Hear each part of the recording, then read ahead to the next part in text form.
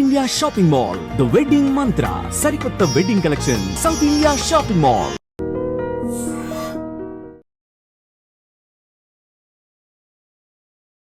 నమస్కారం, welcome to I dream. ధర్మ మార్గం విత్ విజిత కార్యక్రమానికి స్వాగతం.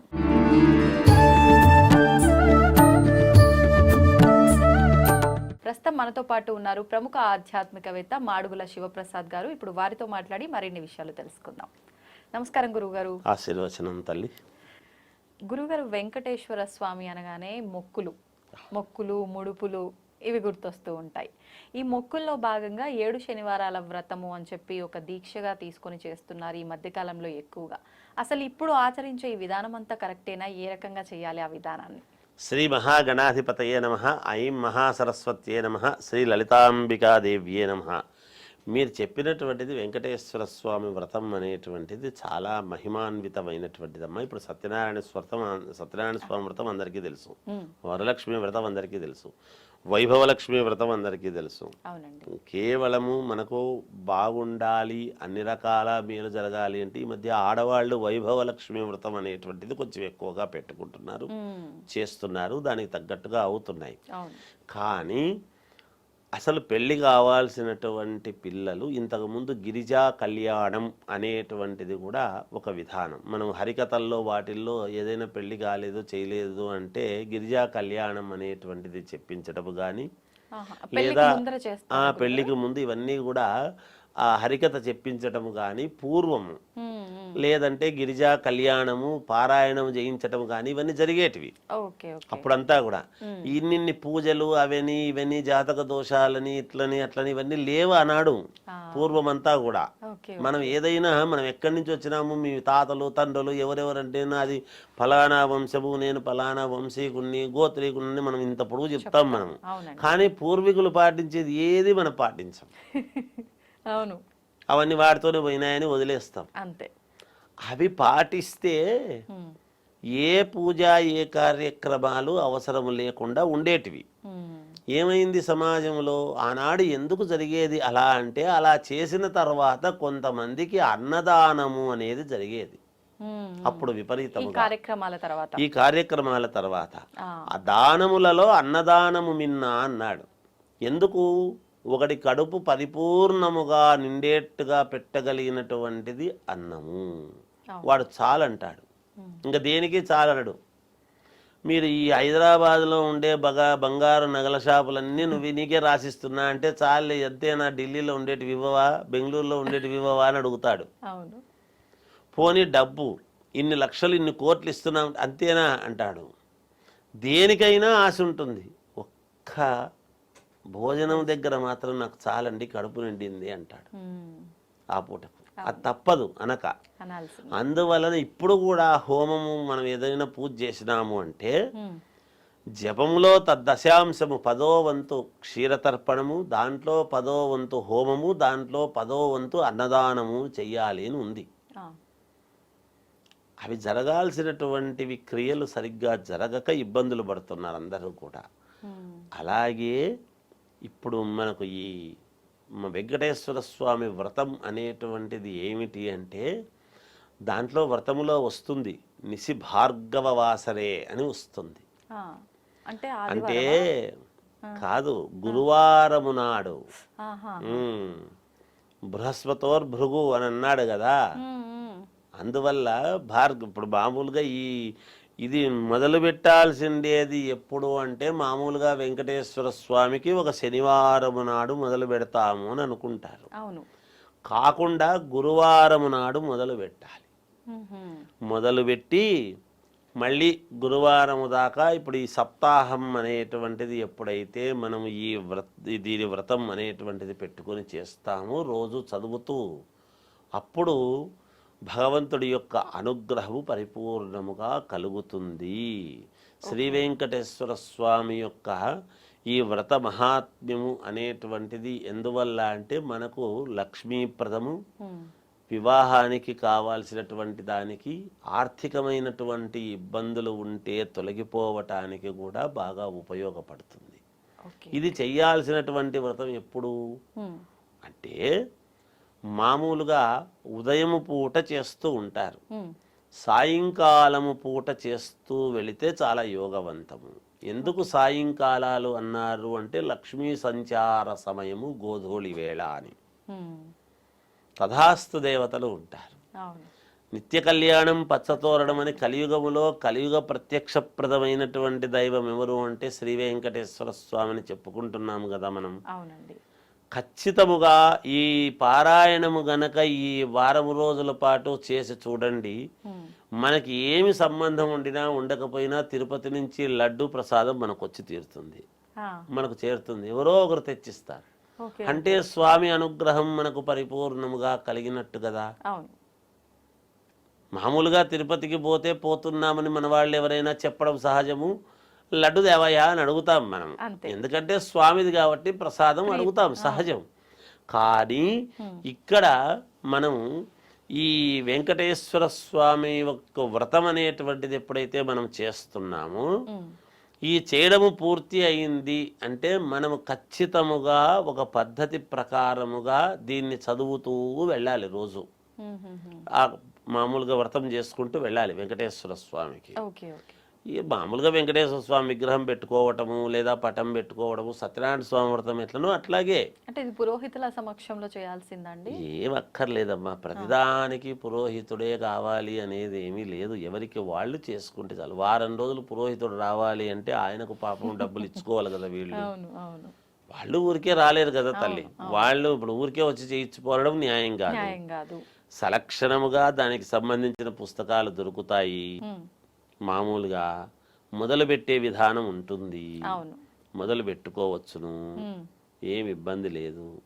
అలా ప్రతిరోజు చేసుకోవటం అనేటువంటిది సాయంకాలము పూట చేస్తూ చేస్తూ చేస్తూ చివరి రోజు వెంకటేశ్వర స్వామి దేవాలయానికి వెళ్ళటం. మొదటి రోజు ప్రారంభం చేసిన రోజు కూడా దేవుడికి మన వెంకటేశ్వర స్వామి గుడికి వెళ్ళి రావటం, ఉదయం తలస్నానం చేసి మొదటి రోజు వెళ్ళొచ్చి ప్రారంభం చేసుకుంటున్నాను తండ్రి నన్ను అనుగ్రహించు అని ఒక మొక్కుకొని రావటం. వచ్చిన తర్వాత మొదలు పెట్టడం, చివరి రోజు అయిపోయిన తర్వాత వెంకటేశ్వర స్వామి గుడికి వెళ్ళి ఒక తులసిమాల, ఇక్కడ రోజు తులసిమాల అవి పెట్టి చేస్తాం దీంట్లో.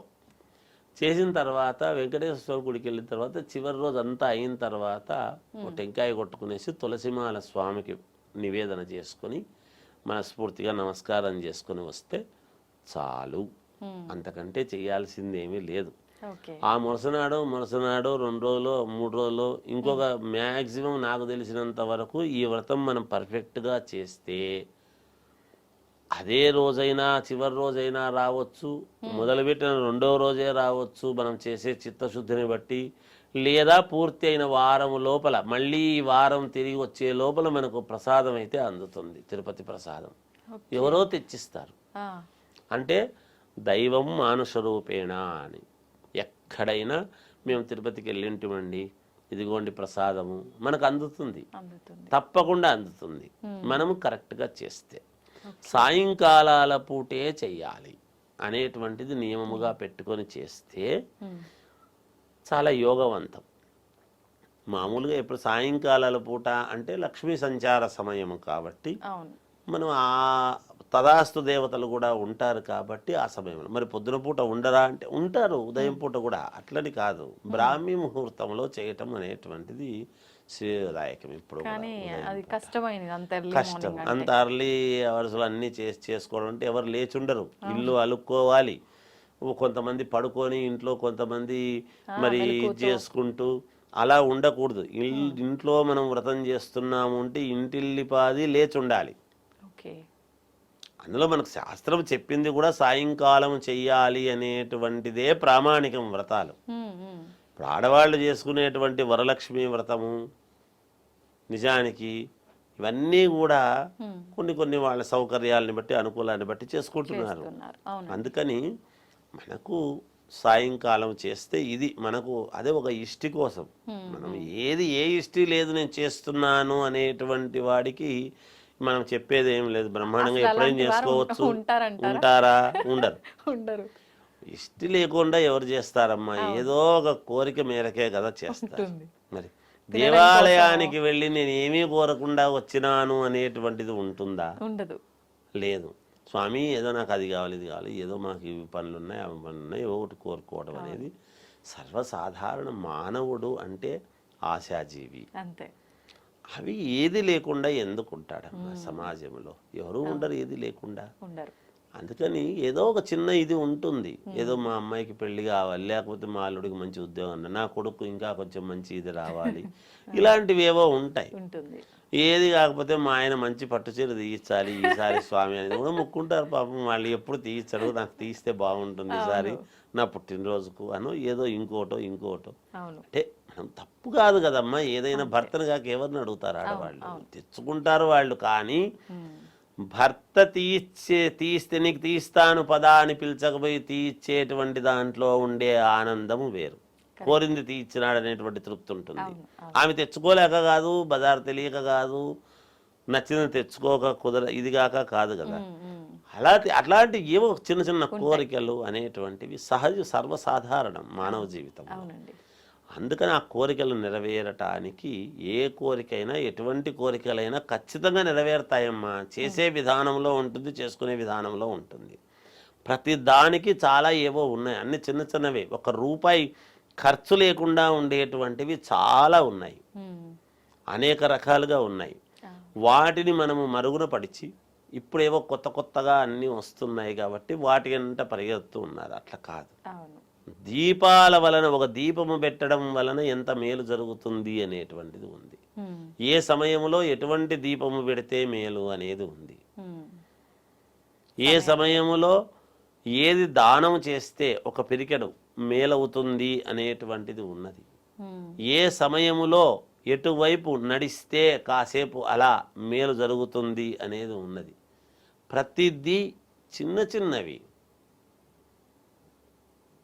చిన్నవి అయినా అవి మనం ఖచ్చితంగా చేస్తే ఫలితం ఉంటుంది. ఖచ్చితంగా అమ్మా. వాటితోనే ఇవన్నీ నేను చెబుతున్నవన్నీ కూడా పూర్వము మీకు చెట్లు, గుళ్ళు మామూలుగా పాటించేటువంటివి చిన్నవి ఇట్లాంటివే తప్ప వాళ్ళు అన్ని పాటించేవాళ్ళు పూర్వం. అంటే వాళ్ళు ఏదో పాటించాలని కాకుండా ప్రత్యేకంగా నిత్య జీవితంలోనే అవి రొటీన్ లైఫ్ లో ఉండేవి. ఖచ్చితంగా ఇప్పుడు బయటికి వెళ్ళేటువంటి సమయంలో ఒక పని కావాలి అనుకున్నప్పుడు కొన్ని వస్తువులు ఉన్నాయి. ఆ పోయేటువంటి పనులు తర్వాత మళ్ళీ చెప్పుకుందాం మనము. ఆ పనులు ఇవి పెట్టుకొని పోతే పని అవుతుంది అని చెప్తే అవి పెట్టుకొని పోయేవాళ్ళు దగ్గర. ఆ పని పూర్తి చేసుకొచ్చారు. మీకు ఓ మాట చెప్తాను. శ్రీనాథ కవి సార్వభౌమ వీళ్ళందరి ఇదిలో ఉన్నప్పుడు డిండిమ భట్టు అనేటువంటి ఆయన ఉండేవాడు. వీళ్లకు కొంచెము వాళ్ళకి ఏముంది, ఇప్పుడు కస్తూరి ఉంది. కస్తూరి గనక మనకు కావాల్సినటువంటి వ్యక్తుల దగ్గరికి పోయి మన చేతికి రాసుకొని ఆయనకు కొంచెం కస్తూరి రాసినాము అంటే స్నేహము, బంధము బాగా పరిపూర్ణముగా ఉంటుంది అని ఉంది శాస్త్రంలో. రాముల వారు కస్తూరి తిలకం లలాట ఫలకే అని చెప్పిన రాముణ్ణి ఎందుకు అంత సుందరవదనముగా మనము ప్రతి వాళ్ళము ఆరాధ్య దైవముగా చూస్తాము? మరి ఆయన కస్తూరి, ఆయన ముఖంలో కస్తూరి అనేటువంటిది ఉంది కాబట్టి అంత తేజోవంతమైనటువంటి రూపాన్ని ఆయన పొందడం అనేది జరుగుతుంది. అందుకే కస్తూరి తిలకం లలాట ఫలకే వక్షస్థలే కౌస్తుభం నాసాగ్రే నవమో మనం చెప్తున్నాం కదా. ఆ కస్తూరి రాస్తే, ఆ కస్తూరి మన చేతికి రాసిన ఎవరికైనా కస్తూరి ఇచ్చినాము అంటే వాళ్ళ యొక్క స్నేహము పెరుగుతుంది, బంధనము విపరీతముగా, ఇద్దరు చాలా సంతోషంగా ఉంటారు అని శాస్త్రం. ఇలాంటివి కొన్ని ఏమి తీసుకువెళితే కొన్ని పనులు జరుగుతాయి. మనకు అతి ముఖ్యమైనటువంటి పని జరగాలి అంటే బయటికి పెట్టినప్పుడు నువ్వు దగ్గర పలాది పెట్టుకొని పో, నీకు మేలు జరుగుతుంది అనేది ఉంది. మన ప్రకృతి నుంచి వచ్చిన ఉన్నాయమ్మా, ఎక్కడనో కాదు. ఇలాంటివి చాలా ఉన్నాయి తల్లి. అవి పాటించుకుంటూ రెగ్యులర్గా చేసుకుంటే మేలు జరుగుతుంది. సాయంకాలము పూట గనక వెంకటేశ్వర స్వామిది ఇది చేసినాము అంటే తప్పకుండా వాళ్లకు మేలు జరుగుతుంది అనేటువంటిది సుస్పష్టముగా తెలియజేస్తూ ఉన్నాను. ధన్యవాదాలండి. జయోస్తు. దీన్ని తవ్వండి. తవ్వుతున్న శివలింగం. సరే దాన్ని అట్లా కప్పేసేయండి, చూపించదండి. Krishna is there. మూర్తి పూజ కాదు, సాక్షాత్ బ్రజేంద్ర నందన భగవాన్ ఉన్నారు మూర్తిలో. ఏమీ ఆశించకుండా ఆరాధించే వాళ్ళు కూడా ఉన్నారా ప్రభుజీ? నిజమైన భక్తి అంటే మనకు తెలియదు కాబట్టి